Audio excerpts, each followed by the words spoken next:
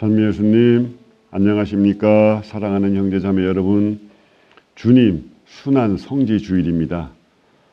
주님 성지주일에 이어지는 이 한 주간은 제2수요일에서 시작한 사순절의 최고 절정을 이루면서 주님의 십자가 죽음과 부활을 준비하는 그런 주간입니다. 오늘 전례는 주님의 예루살렘 입성을 기념하는 예식으로 시작합니다. 예수님께서 공생활 3년 동안 주로 갈릴리 호수를 중심으로 하느님 나라를 선포하시고 이제 그 수도 예루살렘을 향해 가십니다. 예수님께서는 이미 3차례에 걸쳐 제자들에게 당신의 순환을 예고하셨습니다. 베드로가 예수님을 하느님의 아들 그리스도라고 신앙 고백을 한 바로 다음 예수님의 순환 첫 예고의 말씀이 있었다는 것은 매우 의미가 깊습니다. 앞으로 그리스도교라고 불릴 교회는 예수 그리스도에 대한 믿음의 뿌리를 두고 그분 안에서 구원이 이루어졌다는 복음을 세상에 전하게 될 것입니다. 하느님의 아들은 세상에 이 복음을 주시기 위해 오셨고 이 신앙 고백이 이루어지는 때에 당신께서 순환을 받고 세상을 떠난 준비를 이렇게 시작한 것입니다. 예수님께서 예루살렘으로 들어가실 준비를 하시며 제자들에게 하신 루카 복음의 말씀을 들어봅시다. 우리는 예루살렘으로 올라가고 있다. 이제 사람의 아들에 관하여 예언자들이 기록한 모든 일이 이루어질 것이다. 사람의 아들은 다른 민족 사람들에게 넘겨질 터인데 그들은 사람의 아들을 조롱하고 모욕하며 침뱉을 것이다. 또 채찍질하고 나서 그를 죽일 것이다. 그러나 사람의 아들은 사흘 만에 다시 살아날 것이다. 예수님께서 이렇게 말씀하셨습니다. 예수님께서는 당신이 말씀하신 대로 어린 나귀를 타고 예루살렘으로 들어가십니다. 저는 예수님께서 예루살렘에 들어가시는 이 장면과 관련된 한 가지 개인적인 추억이 있습니다. 제가 로마에서 유학을 마치면서 약간의 시간 여유가 생겨서 이스라엘 성지순례를 갈 수 있었습니다. 한 달 정도 혼자 도보순례를 할 계획으로 준비를 했습니다. 저녁 늦은 시간에 그 이스라엘 공항에 내렸는데 그 지인의 도움으로 미리 예약해 놓은 그 여행자 숙소, 그 수녀님들이 운영하시던 숙소인데 거기에 이제 잘 들어갔습니다. 아침에 일어나서 수녀님들한테 이제 인사도 드리고 또 같이 숙소에 머무는 사람들과도 인사도 이제 나누고 이제 식사를 하고 조그마한 가방을 들고 그 숙소에서 나와서 예루살렘 성으로 가는 길을 묻고 집을 나섰습니다. 그런데 잠시 걷는데 그 길 옆에 조그마한 경당처럼 보이는 집이 있어서 이렇게 쳐다보고 있는데 마침 그 프란체스코 그 작은 형제 수도에 그 복장을 하신 나이 좀 지긋한 분이 밖으로 나오셔요. 그래서 얼른 다가가서 이제 인사를 드리고 여기가 무슨 경당입니까? 하고 물었더니 조그마한 경당이 예수님께서 예루살렘에 입성하신 이때를 기념해서 여기서 나귀를 타고 들어가셨다고 기념해서 만든 경당이래요. 그래서 제가 얼마나 신났는지 모릅니다. 이스라엘에 처음 가서 제가 예루살렘 성을 향해서 가는데 바로 그 자리가 그 옛날 예수님의 예루살렘 입성을 기념하여 세운 경당이라고 하니까 제가 막 기분이 너무 좋아서 그래서 예루살렘에 들어가시는 예수님을 따라서 가는 그런 마음으로 언덕 아래 멀리 예루살렘 성벽을 바라보면서 걸었던 그런 기억이 납니다. 그 예수님의 예루살렘 입성은 사실 이 세상에서 하느님 나라의 복음을 전하실 당신의 일을 마치셨다는 뜻도 됩니다. 당신이 전하실 것은 다 전하셨다. 그런 뜻도 있죠. 이제 주님께서는 당신이 전하신 복음을 믿고 따르는 그 이들에게 바로 구원, 곧 영원한 생명을 주실 속죄의 제사를 지내시기 위해 예루살렘으로 들어가는 것입니다.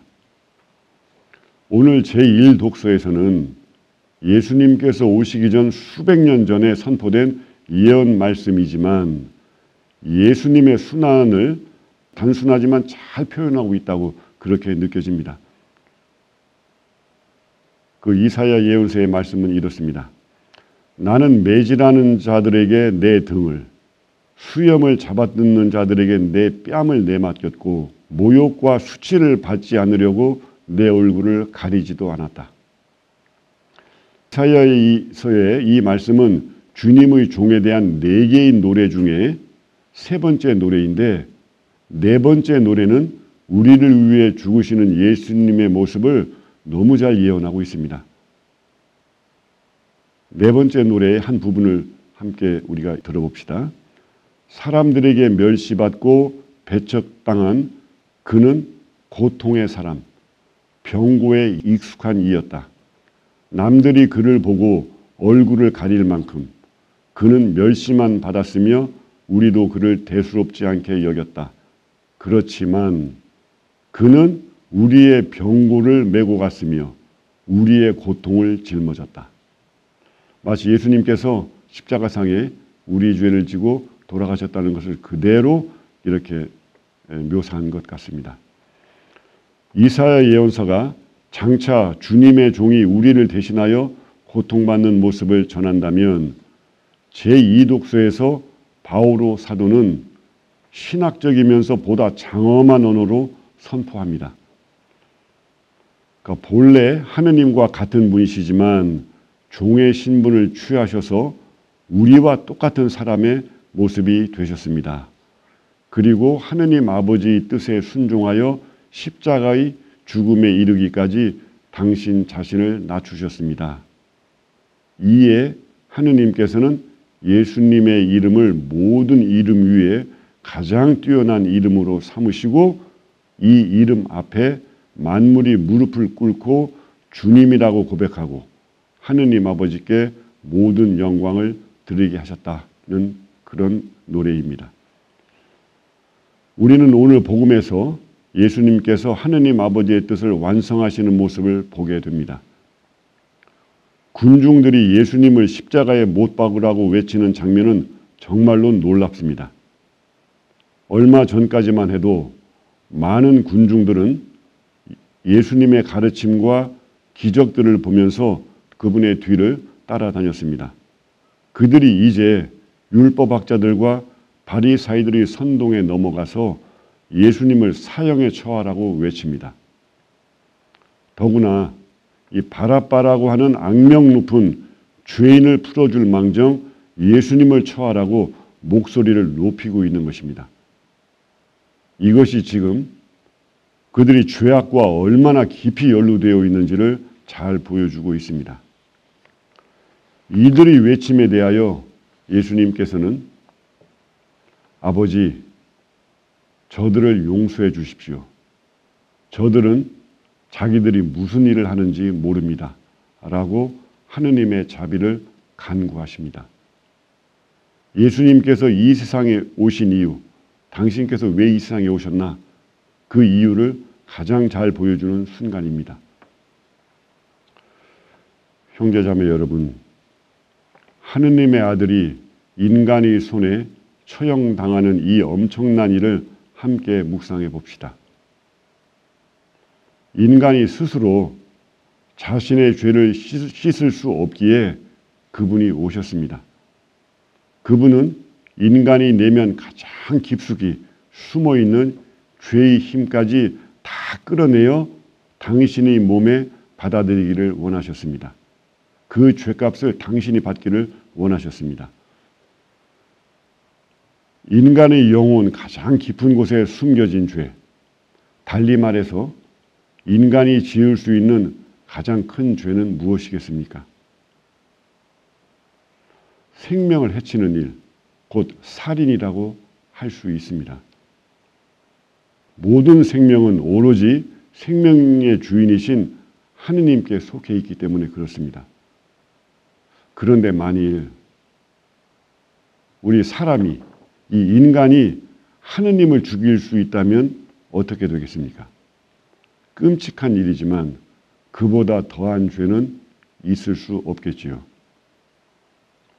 하느님과 같으신 하느님의 아들이 인간이 되어 하느님 나라를 선포하시고 또 기적을 베풀어 말씀을 증명하시며 복음을 선포하실 때 사람들은 어떤 반응을 하게 되는가?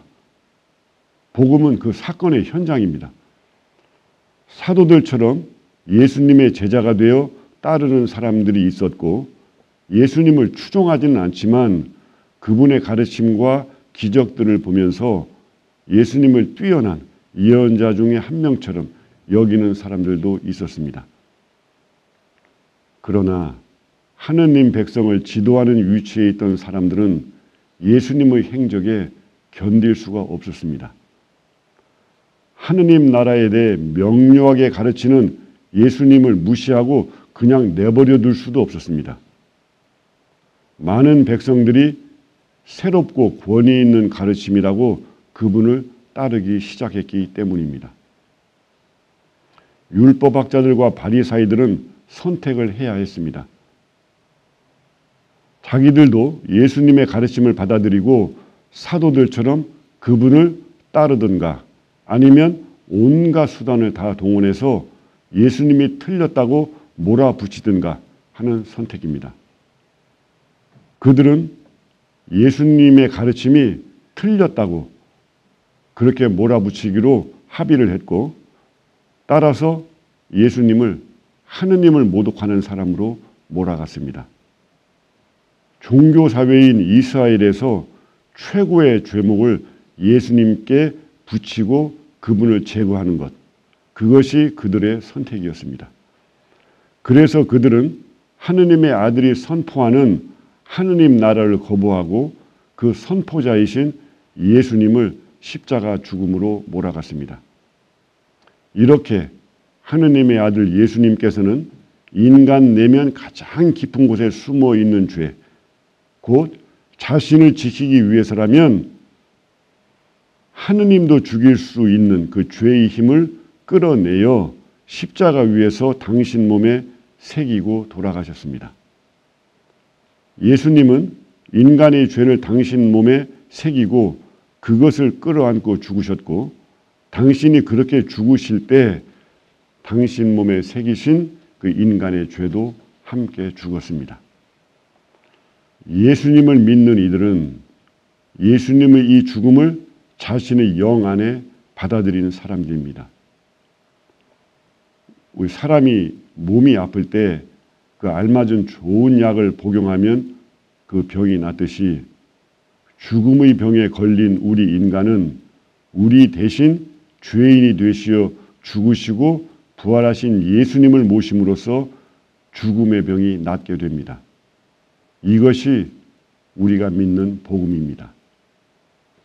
형제자매 여러분, 예수님의 십자고상을 바라볼 때 예수님의 상처 안에 나의 모든 죄를 받아주셨음을 기억하고 성체를 모실 때 죽음의 상처를 지닌 채로 부활하신 예수님을 내 영에 모신다는 사실을 그것을 믿고 기억하면서 감사와 찬미를 드립시다. 그리고 늘 주님께 감사하고 주님을 찬미하면서 우리도 주님처럼 자비롭고 또 그렇게 너그럽게 살아갑시다.